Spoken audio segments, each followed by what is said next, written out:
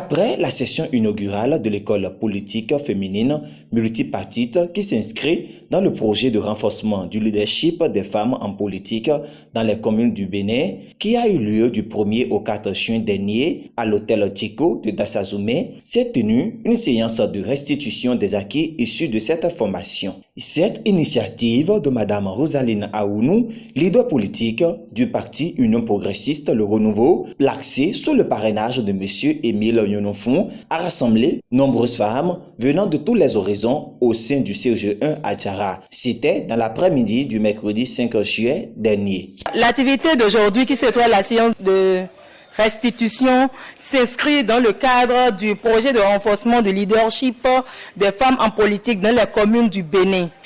À l'issue des activités, il nous a été recommandé de tenir des séances de restitution. Et voilà ce à quoi nous nous prêtons cet après-midi.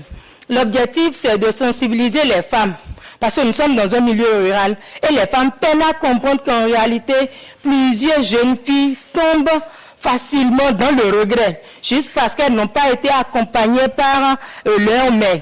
D'accord? Parce que c'est pas rare de constater que les femmes soient toujours accrochées, surtout les femmes rurales, soient toujours accrochées aux valeurs qui empêchent les filles d'aujourd'hui d'évoluer en politique. Donc nous avons agi sur ce plan-là pour montrer que certes, nous sommes dans un milieu rural, mais il y a eu tellement de cas de femmes issues de ces milieux, mais qui procèdent aujourd'hui au changement des réalités, des décisions, des politiques dans notre pays. Donc c'est le lieu de recevoir cette formation pour pouvoir être en mesure d'accompagner tous leurs enfants-filles qui décident d'aller en politique.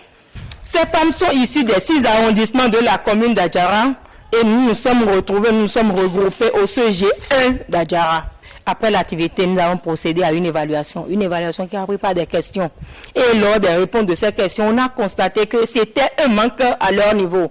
Parce qu'il y avait tellement de points d'ombre qu'elles ont soulevés, des points d'ombre qui ont recueilli des réponses assez clarifiantes. Cela témoigne de la pertinence de l'activité, de l'opportunité que cette activité constitue pour ces femmes participantes. Et elles sont même prêtes à être nos ambassadrices auprès des autres femmes de la commune.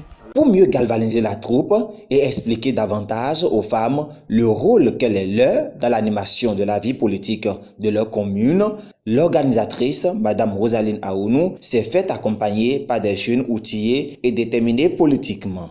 J'avais discuté avec les mamans à propos des comportements qu'elles doivent avoir envers nous, les jeunes filles qui aimeraient s'engager en politique. Parce que nous constatons aujourd'hui que nos parents ne nous encouragent pas vraiment quand on se décide de vouloir se lancer en politique. Donc voilà, j'essayais de les convaincre à soutenir les filles quand elles viennent vers eux pour les parler de la politique. Après les échanges, ces femmes affirment être désormais prêtes pour afficher leur leadership politique dans leurs localités respectives. Oui, voilà, Bemewa. Et Tadagbena Mine Adjinole. D'autres, des Vinitole, Yeton Koyigon.